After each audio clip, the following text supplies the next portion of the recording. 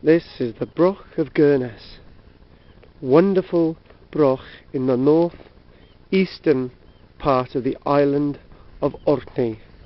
On the left and the right you can see the individual homes of the people that once lived here over 1,800 years ago. As we approach the broch, which would have been an immense 10 metres in height, is a broch today internal measurements of 10 metres with 4 metres thick walls. Wonderful lintel in front of you.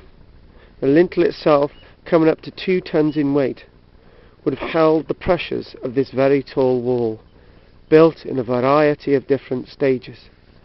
As we enter the doorway, a 7 metre length of passageway leads us into a conical of different chambers, a labyrinth of chambers, stairways, hollow walls, and slabs built over many generations. Pictish architecture there.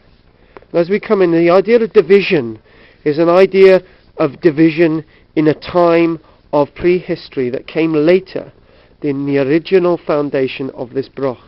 Half. As we come on over, we see a wean, a passage in the ground, a well, a chamber which is 4.5 metres in depth. So originally this would have been an open space, vaulted with some kind of a roof. And you can see where the roof would have extended from, off those cobles. This building was eventually divided into the period of Christ into a variety of different cells.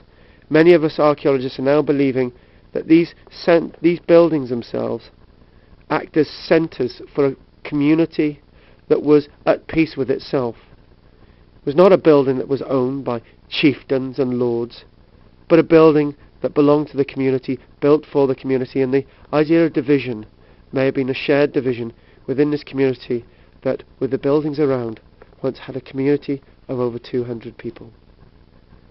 This is Karl-James Langford at the Broch of Gurness on the island of Orkney in April 2014 for Archaeology Cymru.